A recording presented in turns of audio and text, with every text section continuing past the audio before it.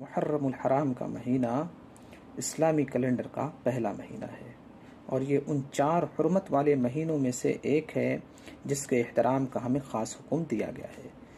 زمانہ جاہلیت میں کفار و مشرکین بھی اس مہینے کا احترام کیا کرتے تھے اور لڑائی جھگڑے وغیرہ سے دور رہا کرتے تھے۔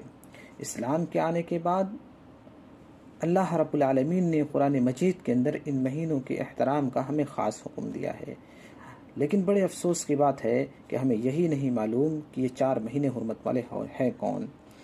تو یہ 3 مہینے لگاتار ہیں، ذی القعدہ، ذی الحجہ، محرم اور ایک ہے رجب۔